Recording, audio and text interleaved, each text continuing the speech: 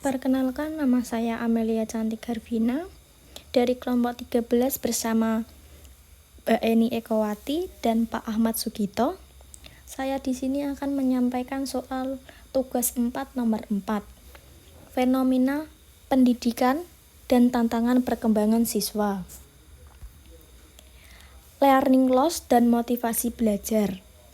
Masalah utama learning loss adalah menurunnya penguasaan akademik serta motivasi belajar siswa.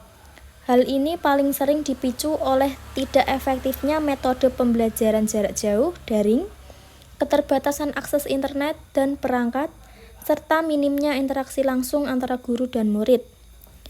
Antara lain, pembelajaran jarak jauh, PJJ yang tidak optimal, peralihan sistem belajar secara tiba-tiba, membuat materi pembelajaran sulit tersampaikan secara maksimal, terutama pada mata pelajaran yang membutuhkan praktik. Yang kedua, kesengajaan akses dan fasilitas. Ketiadaan perangkat pendukung dan koneksi internet yang tidak stabil membuat banyak siswa tertinggal materi dan kesulitan mengikuti proses belajar. Yang ketiga, kurangnya interaksi sosial dan bimbingan. Hilangnya interaksi langsung membuat anak kehilangan motivasi, merasa bosan, dan memudarkan fokus belajar. Peran orang tua yang terbatas dalam mendampingi anak juga menjadi kendala besar. Yang keempat, gangguan perkembangan karakter. Learning loss tidak hanya berdampak pada kemampuan kognitif, seperti membaca buku dan berhitung, tetapi juga menghambat perkembangan keterampilan sosial dan emosional siswa.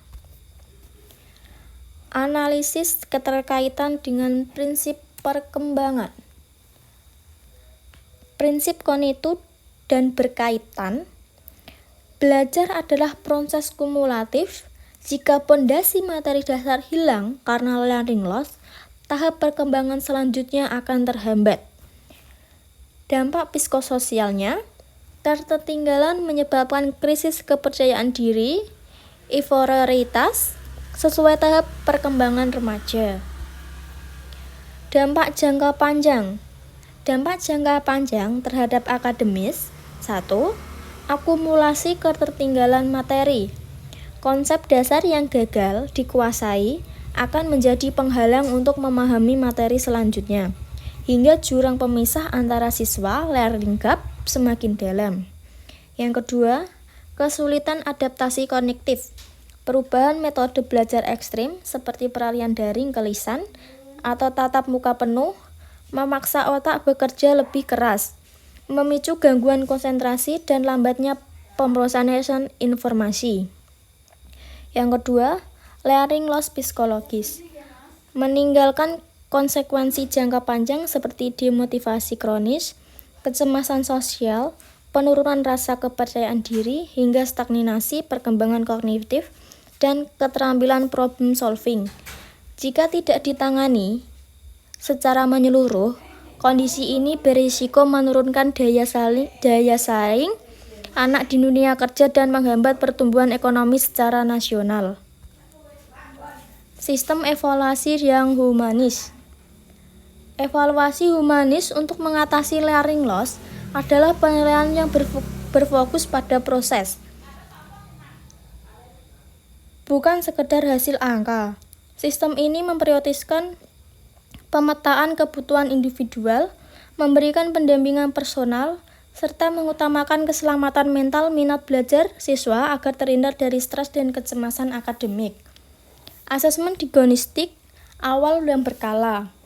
Tujuannya mengidentifikasi secara tepat materi yang dikuasai dan kompetensi dasar yang dapat ditinggal oleh siswa. Praktiknya, guru melakukan tes formatif ringan, wawancara, kuis, atau observasi. Di awal pembelajaran, gunakan hasilnya untuk memetakan level pemahaman siswa. Manfaatnya, membantu guru menyesuaikan metode pelajaran agar sesuai dengan kecepatan belajar masing-masing anak. Yang kedua, evaluasi formatif berkelanjutan. Tujuannya memantau perkembangan belajar harian siswa tanpa memberikan beban psikologis. Praktiknya, ganti evaluasi berbasis skor mati seperti hafalan mutlak dengan penilaian portofolio, unjuk kerja, atau diskusi reflektif dua arah. Manfaatnya, siswa lebih fokus pada proses memahami konsep daripada sekedar mengejar nilai. Yang ketiga, pembelajaran terdiferensiasi dan bimbingan insentif. Tujuannya memberikan perlakuan adil karena setiap siswa memiliki ritme learning loss yang berbeda-beda. Praktiknya, bagi kelas menjadi kelompok kecil berdasarkan hasil asesmen diagnostik. Berikan bimbingan khusus atau modul tambahan bagi siswa yang tertinggal. Sementara, siswa yang lebih cepat dapat diberikan tantangan eksplorasi materi lebih lanjut. Manfaatnya, tidak ada siswa yang merasa tertinggal atau tertekan di dalam kelas. Yang keempat, pendekatan aspek sosial emosional. Tujuannya, memulihkan kepercayaan diri dan motivasi belajar siswa yang mungkin menurunkan drastis selama masa jeda akademik. Praktiknya, guru membangun relasi empati, memvalidasi kesulitan siswa, dan menciptakan lingkungan belajar yang aman untuk membuat kesalahan. Budaya kritis, manfaatnya mengurangi character loss, penurunan moral atau karakter dan kecemasan. Terima kasih.